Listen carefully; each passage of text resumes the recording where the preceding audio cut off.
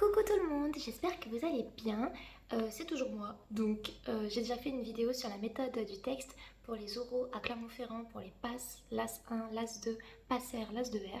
Je l'ai faite le 15 et je l'ai postée le 16 juin 2026, donc cette année. Et maintenant, comme j'ai fait des oraux encore aujourd'hui avec les tutorés, ils m'ont proposé que je fasse aussi la vidéo pour le comédien, donc je la fais ce soir. Même si les passeurs, les LAS2R, ils ont déjà passé les oraux la semaine dernière pour le comédien, je me dis que ça pourrait servir au moins pour les passes, les LAS 1, les LAS 2 et pour les passeurs, les LAS2R l'année prochaine. Voilà, on sait jamais. Donc je fais la vidéo sur la méthode du comédien. En premier, d'après moi, les deux prérequis qui pourraient faire que vous n'ayez pas la moyenne sur l'épreuve du comédien, c'est en premier, ne pas être authentique, ne pas être vous-même. C'est-à-dire que si vous n'avez pas l'air d'être complètement dans le problème du comédien, si vous avez l'air un peu de jouer un jeu pour le coup, c'est pas ce qui va marcher auprès du jury. Il pourrait pas vraiment vous faire confiance, il saurait pas qui vous êtes dans la vraie vie. Et si il se pose encore des questions, peut-être qu'il aura un doute et peut-être que ce doute va l'empêcher de vous sélectionner. Donc, premier critère, le premier prérequis, c'est l'authenticité d'après moi. Si jamais vous n'arrivez pas à vous mettre dans la tête que cette situation peut être vraie, déjà premier point, soyez rassurés dans le sens où le jour de l'épreuve, c'est un vrai comédien. Donc globalement, c'est un humain que vous avez jamais vu et dont vous pouvez être convaincu que la situation est vraie puisque vous n'avez pas d'informations contraires avec ça. Si vous vous entraînez avec vos proches, vous pouvez savoir que non, ses parents ne sont pas morts dans un accident de voiture puisque vous les avez déjà vus. Là, ça ne sera pas le cas avec le comédien. Et comme il joue mieux, on a plus tendance à croire ce qu'il raconte. Mais vraiment, mettez-vous dans la tête que c'est vraiment la vérité, tout ce qu'il dit. Comme ça, vous risquez pas d'oublier des informations puisqu'il vient de vous le dire et vous le croyez. Donc première chose, être convaincu et être rassuré sur le fait que le comédien vous aidera à être convaincu du problème. Deuxième solution que je peux apporter si vous n'arrivez pas à vous mettre dans l'idée que c'est une vraie situation, c'est que si jamais vous vous entraînez avec pas votre famille ou pas des gens que vous connaissez, bah là ça sera plus facile. Mais si vous vous entraînez avec votre famille, essayez de passer sur des vrais problèmes qui sont vraiment dans leur vie. On a tous quelqu'un dans notre famille qui hésite à se reconvertir dans un truc complètement différent de ce qu'il est en train de faire aujourd'hui. Donc s'il fait par exemple ingénieur, il a peut-être envie de se reconvertir dans un métier plus manuel. Si c'est votre petite cousine qui hésite à quitter ses études, écoutez-la et posez des questions, etc. Faites comme si c'était un vrai oral. Et si vous croisez des gens dans la rue qui vous demandent de l'argent, bah en fait écoutez et demandez-leur comment ils en sont arrivés là, parce qu'ils sauront vous répondre, ils auront tout leur temps pour vous répondre. Et quand vous êtes à l'arrêt de tram, restez ouvert. Voilà. Troisième truc, si vous n'avez pas envie de parler avec des inconnus et si votre famille a vraiment une vie où tout roule, la dernière solution que je peux vous proposer, c'est de regarder Ça commence aujourd'hui. C'est une émission sur YouTube où moi, je vous conseille de regarder quelques vidéos, notamment la crise du milieu de vie, c'est ce qu'ils appellent la crise de la quarantaine, où une personne a tout qui va bien dans sa vie et pourtant décide de tout changer dans sa vie, de se raser la tête, de se tatouer, de partir en voyage avec un motard alors qu'elle avait deux enfants, un mari, un travail, etc. Et je vous conseille de regarder les émissions aussi sur le burn-out où des gens s'en sont sortis grâce à la plongée sous-marine. Parce qu'il y a des sujets où le comédien a tout qui va bien dans sa vie et pourtant veut changer. Et il y a des sujets où des gens ont fait une grosse boulette et sont partis de leur vie et ont décidé de fuir complètement. Et c'est quelque chose qui peut être un sujet du comédien. Il y a aussi des gens qui sont en burn-out total et qui hésitent à abandonner leurs études pour faire du pédalo. Et ben le coup de la plongée sous-marine, ça pourra répondre au problème. Je vous conseille aussi de regarder la vidéo de la dame qui s'appelle Claire Dauphine, je crois, qui a eu 4 enfants, dont 2 qui sont morts de maladies génétiques et un qui s'est suicidé. C'est une dame qui a une force de vie qui est complètement immense et qui sait très bien traiter le sujet de la culpabilité, le sujet du deuil, etc. Ça peut aussi être une aide. Dernière chose que je vous propose de regarder, c'est une vidéo qui est sortie cette année aussi sur la chaîne Ça commence aujourd'hui et qui traite d'une dame, de plusieurs dames en fait, dont une qui est tombée amoureuse d'une intelligence artificielle. Moi, c'est mon petit pronostic pour cette année. Voilà. Si jamais vous ne savez pas à quoi un sujet peut ressembler globalement, désolé, petit aparté, ça peut être par exemple un comédien qui est triste parce qu'il a perdu son chat et qu'il se sent très seul depuis qu'il a confié son chat à une personne et que la personne l'a perdu. Ça peut être une personne cette année qui est tombée pour les passeurs. Et ma grand-mère m'a confié son objet le plus précieux, donc la bague de fiançailles de sa propre mère, pour un rendez-vous médical. Et là, je dois la revoir dans 10 minutes et j'ai perdu la bague. Qu'est-ce que je fais? Ça peut être par exemple une voyante m'a prédit que j'allais mourir d'un accident en traversant un passage piéton. Depuis, je n'ose plus sortir de chez moi. Ça fait 1 an et demi que je ne sors plus. Ça peut être ma femme est tombée amoureuse d'Antoine Dupont. Et ça, c'est un sujet qui était aussi déjà tombé dans Ça commence aujourd'hui. Ça peut être par exemple, je me suis énervée à un concours de pétanque où j'étais en équipe avec mon collègue. Depuis, je n'ose plus me présenter à mon collègue. Ça peut être mes enfants, enfin mon frère a 2 enfants, il me les a confiés par une soirée où je les ai emmenés à la fête foraine, je les ai perdus. Donc depuis on les a retrouvés, mais mon frère ne me parle plus. Voilà, ça peut être des sujets comme ça. Moi j'étais tombée sur... euh, Nathan, il était tombé, pardon, quelqu'un que je connais, était tombé sur... euh, j'ai tout qui va bien dans ma vie, mais je veux tout abandonner. Et la fois suivante, il était tombé sur... Non, moi j'étais tombée sur... Ma famille était de Clermont-Ferrand, mon frère aussi. Mes parents ont acheté un food truck à Lyon, ça marche hyper bien. Moi je les ai suivis, je travaille avec eux. Mais mon frère ne nous a pas suivis, il est resté à Clermont-Ferrand. Il a des fréquentations pardon, qui sont pourrissimes. Et, euh, et il est tellement en train de mal tourner que mes parents veulent abandonner le food truck et revenir à Clermont-Ferrand. Mais moi je veux pas. Du coup, qu'est-ce que je fais? Voilà. Ça peut être quelques exemples. Donc, premier critère, on avait dit l'authenticité. Deuxième critère qui fait que on voit si l'oral est réussi ou raté, c'est est-ce que le comédien se sent mieux à la fin de l'oral par rapport au début de l'oral. Euh, En gros, au début, il va arriver, vous avez vu, stressé, anxieux, apeuré, euh, presque en panique, ou triste, ou très en colère. Et bien, votre objectif, c'est qu'au bout des 10 minutes, il se sente moins tout ça et plus heureux et en paix. Donc lui, en gros, il va être dans une bulle de négativité. Vous, il faut que vous arriviez à l'emmener dans quelque chose qui est un peu plus positif. Pour ça, je propose un super tableau. Alors, un premier. Déjà, il va expliquer son problème pendant 1 minute, on est bien d'accord. Il va vous demander si vous voulez le tutoyer ou le vous voyez. Que vous choisissiez l'un ou l'autre, ça n'a pas vraiment d'importance. Il va aussi vous demander si vous vous sentez bien. Moi, j'avais répondu la vérité, pas trop mal. Et je connais 2 personnes qui ont répondu vraiment très mal. Et c'était vrai, vraiment, ils étaient tout blancs, ils étaient tout rouges, tout stressés et tout. Finalement, le comédien a été adorable avec eux. Donc, pas de mauvaise réponse sur est-ce que tu te sens bien ou mal. Pas de mauvaise réponse non plus sur vous voyez tutoyer. Je suppose quand même que si c'est quelqu'un qui a un âge proche de vous, ça va être difficile de vous voyer. Ce qui serait un peu fatal, ce serait justement de perdre l'authenticité, c'est-à-dire de passer du vouvoiement au tutoiement, ou l'inverse pendant l'oral. Là, on perd un peu en cohérence.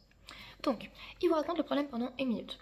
Vous, pour qu'il se sente mieux à la fin, vous allez passer probablement par 3 étapes, 3 critères, enfin 3 moyens pour qu'il se sente mieux. Le premier, c'est de l'écouter, le deuxième, c'est de faire preuve d'empathie et de compassion, et le troisième, c'est de poser des questions pour arriver ensuite à devenir dans l'action pour trouver des voies d'évolution.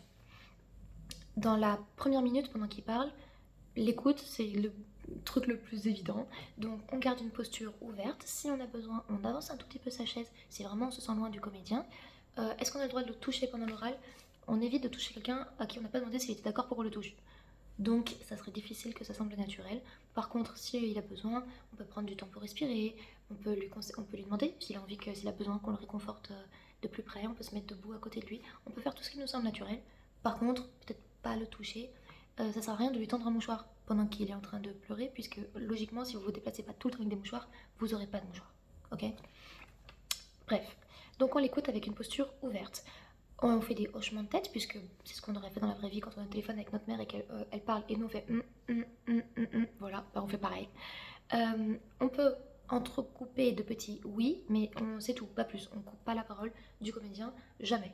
Pendant les 10 minutes, s'il a besoin de parler, rien que le fait de livrer son problème, ça va déjà un peu le libérer. Donc ça compte déjà un peu comme l'aider dans sa solution. Donc on lui coupe pas la parole. Une fois qu'il a fini sa minute, moi, ce que je recommanderais, c'est de directement faire preuve d'empathie. C'est-à-dire qu'on valide ses sentiments. Donc, comme il est dans sa bulle de négativité, on dit oui, je vois, je comprends que tu ressentes ces sentiments et c'est normal que tu ressentes ces sentiments. Donc, on légitimise sa situation. Donc, on dit que c'est normal, que c'est forcément déjà arrivé à d'autres personnes, qu'il n'a pas voulu mal faire, que les circonstances autour n'étaient pas peut-être très favorables pour lui à ce moment-là, que lui, s'il avait choisi, bah, il n'en serait pas là. Donc on le légitimise, on le valide ce sentiment, on le légitimise et on le déculpabilise. Ensuite, si l'occasion se présente et si on a déjà quelques arguments, on peut le rebooster, donc le complimenter, trouver du positif. C'est-à-dire qu'il était au début dans sa bulle de négativité. On lui montre que c'est pas lui qui est négatif, c'est sa bulle autour de lui. Que lui, il n'a pas choisi d'être dans cette bulle et que il n'y a pas que du négatif parce que à l'extérieur, il y a du positif et dans sa situation, il y a déjà un tout petit peu de positif. Ensuite, l'objectif, ça va être de lui montrer que sa bulle, elle n'est pas complètement hermétique. Qu'en fait, il y a un peu des trous, on va dire, dans sa bulle. Donc à ce moment-là, on lui explique qu'il existe des solutions. Et enfin, on s'inclut, donc on lui explique que ces solutions, elles existent et que moi, je suis là pour t'aider à les trouver. Je vais tout faire pour qu'on trouve une solution à ton problème. Donc, il n'y a pas de raison que ça ne marche pas. Ce problème est forcément déjà arrivé à quelqu'un avant et il y a forcément quelqu'un qui s'en est sorti. Donc c'est possible. Et moi, je vais essayer de faire tout ce que je peux pour t'aider. Ok? Ça, vraiment, ça prend... Moi, je vous l'expliquer en 2 minutes. En réalité, ça prend genre 20 secondes. Et ensuite, la première question que je conseillerais de poser, c'est déjà ce qui vous semble naturel. Et si jamais vous êtes vraiment bloqué, de poser des questions sur les sentiments. Et dans les sentiments, on est déjà dans le tu. Donc à ce moment-là, on demande comment tu te sens, qu'est-ce que tu penses de ça, qu'est-ce qui te pèse le plus. Donc on a bien dit l'écoute avec la posture, le hochement de tête, oui, et ne pas couper la parole. La posture, ça veut dire on ne croise pas à la fois les mains et les jambes. On peut croiser les jambes, on peut croiser les mains, mais on évite de croiser le plus possible. Et on peut être un petit peu penché en avant, comme là quand je vous parle. Quand je vous parle, je suis investie, donc je me penche en avant. Si j'étais tout au fond derrière, ça ne donnerait pas exactement le même sentiment. Ensuite, dans l'empathie, c'est ce que je vous disais, on valide, on légitimise, on déculpabilise, donc avec des circonstances atténuantes, et on explique que c'est pas exactement que de sa faute. On rebooste, on rappelle qu'il existe des solutions, et on s'inclut dans les solutions. Donc moi, je suis là pour t'aider. Ensuite, les questions, sentiments avec du tu. On était bien ici dans la première minute. Ce que je vous conseille pour toute la suite des interactions, donc là on a fait juste une interaction. Ne vous inquiétez pas, ça fait 11 minutes qu'on est là, je me dépêche pour la suite. Ensuite, ce que je vous conseille, c'est à chaque prise de parole, on fait écoute, empathie, solution. Exactement comme ça. Donc à chaque fois, on va faire écoute, empathie, solution. Écoute, empathie, question. Écoute, empathie, question. Écoute, empathie, question. À chaque fois. Comme ça, on est sûr de toujours connecter notre bulle avec celle du comédien. Donc, on lui dit je comprends que, je vois que, je sens bien que tu es mal, tu viens de me dire que ça, puisque tu me parles de ça, etc. Donc, on répète globalement ce que le comédien vient de nous dire dans sa phrase précédente pour lui montrer qu'on a bien compris. On le répète dans l'idéal avec des mots plus doux, à moins que le gars parte complètement dans un délire et à ce moment-là, on utilise les mots soit qu'il utilise, soit on qualifie ce qu'il dit pour lui montrer que ce qu'il est en train de dire c'est quand même quelque chose de puissant. Donc, on répète ce qu'il vient de dire. Ensuite, on trouve un petit peu de positif. Donc, tu es déjà super courageux dans ta démarche parce que tu es en train de chercher des solutions. C'est déjà très bien de m'en avoir parlé à moi. C'est génial que tu es quelqu'un quand même de très courageux. Tu es quelqu'un de sociable. Tu es quelqu'un qui cherche à avancer, etc. Donc, c'est déjà bien. Tu fais des études de sciences politiques, mais c'est déjà quand même fort de ta part. C'est quand même en 3e année déjà. C'est bien. Ça veut dire que tu as validé la première et la deuxième, etc. Donc, des compliments. Et ensuite, on pose des questions. Au début, j'avais conseillé une question sur les sentiments. Ensuite, il va quand même falloir qu'on avance. Donc, à ce moment-là, je proposerai des questions sur les circonstances. Donc, qu'est-ce qui s'est passé? Où ça s'est passé? Quand ça s'est passé? Pourquoi ça s'est passé? Comment t'en es arrivé là? Qu'est-ce que tu penses de la situation? Comment ont réagi les personnes face à ça? Etc. Et une fois qu'on a fait toutes ces questions sur les circonstances, donc à chaque fois, je comprends que ce soit difficile pour toi. C'est déjà hyper courageux que tu m'en aies parlé. Comment ça s'est passé du coup? Ensuite, il va dire bah, ça s'est passé super mal, machin, c'est très rapide. J'avais la bague dans mon sac, je l'ai perdue, je sais vraiment pas où elle est. Ok, donc je vois que tu as déjà cherché un petit peu à trouver une première solution. C'est déjà plutôt ingénieux de ta part. Globalement, tu as été quelqu'un de cohérent. Tu as fait la première chose que n'importe qui aurait faite.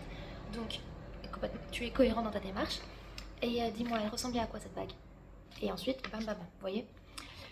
Une fois qu'on a posé les questions sur les circonstances, on recommence machin, les 3 étapes, avec les ressources d'après moi. C'est-à-dire que qu'est-ce que tu as fait depuis que la situation s'est produite? À qui t'en as parlé? Comment ils ont réagi quand tu en as parlé? Qu'est-ce que tu aurais pensé à leur place? Donc vraiment les ressources. Qu'est-ce que tu as fait? Les ressources épuisées. Donc là, on est encore dans le tu. Ici, on arrive au petit bilan. Donc tu m'as dit que, je comprends que, je vois que, je sens que, j'entends que, justement puisque, etc. Ici, de nouveau l'empathie, donc on fait globalement la même chose que ce qu'on vient de dire. Et les questions sur les circonstances, qui, coup, machin. Et une fois qu'on a fait ça, là, d'après moi, la question qui va faire basculer l'oral et qui va faire que vous êtes passé, du contexte, des questions, à vraiment, on s'apprête à trouver des solutions, c'est quand vous allez, une fois que vous avez demandé tout ça, vous allez dire, bon bah, qu'est-ce que tu n'as pas encore fait? Qu'est-ce que ce serait la solution? Quels sont maintenant tes souhaits? Comment tu veux qu'on fasse? Et là, on dit, c'est tes souhaits, mais comment on fait? Voilà, c'est vraiment une question qu'on n'ose pas poser parce qu'on n'ose pas demander au comédien directement, bah, c'est quoi la solution? Si vous demandez à une personne dans la rue qui vous dit qu'elle est grave en galère, vous dites et c'est quoi la solution?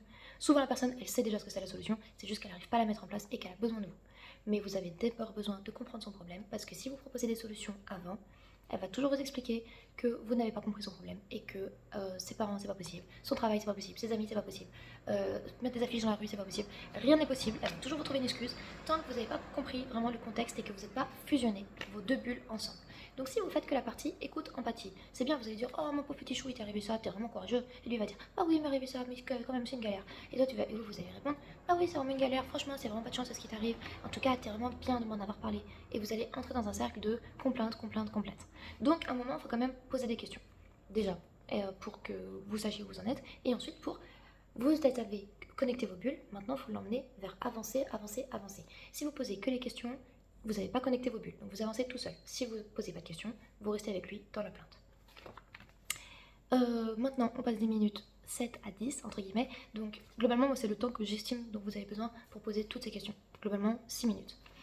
Une fois que vous arrivez vraiment en deuxième moitié d'oral, et qu'il vous aura dit ce qu'il attend, ou alors il vous répond bah, franchement je suis perdu, à ce moment-là, vous proposez des solutions, ou s'il vous propose déjà des voies d'évolution, vous l'aidez à les mettre en place. Pour ça, on m'a dit, ah oui mais moi on m'a dit à l'oral blanc que j'imposais trop les solutions.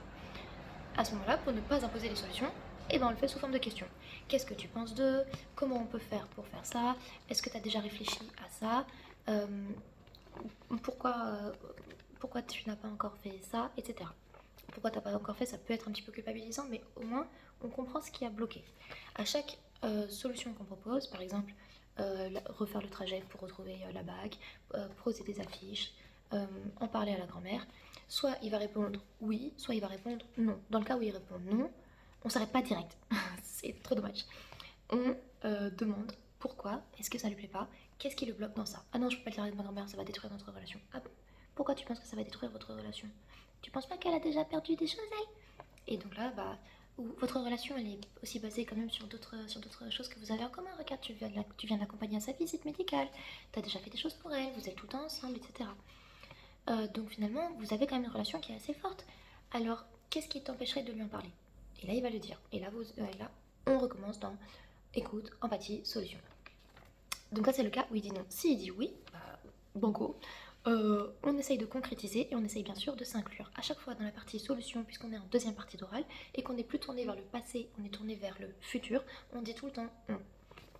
Donc là, s'il dit oui, ah super, et ben à ce moment-là, si tu veux, pour lui annoncer, bah, on peut s'entraîner tous les deux. Ou si c'est pour mettre des affiches, et ben très bien, moi je peux t'aider. Quand est-ce que tu aimerais bien qu'on se revoie pour que je t'aide? Ou comment est-ce que je pourrais faire pour t'aider? Voilà. Là, globalement, je pense qu'on a fait l'essentiel de l'oral. Donc, vraiment, le truc à retenir, c'est à chaque fois. Donc, l'objectif qu'ils se sentent mieux, qu'on soit authentique, et à chaque fois, écoute, empathie, question, écoute, empathie, solution. Voilà. À la fin, le comédien, il peut demander, il dit, bon bah désolé, il faut que j'y aille vraiment bientôt, mais finalement, qu'est-ce que tu me conseilles maintenant? Ou alors, il va vous dire, est-ce que s'il te plaît, tu peux me résumer tes solutions? Il va pas forcément le faire, mais c'est vraiment possible qu'il le fasse.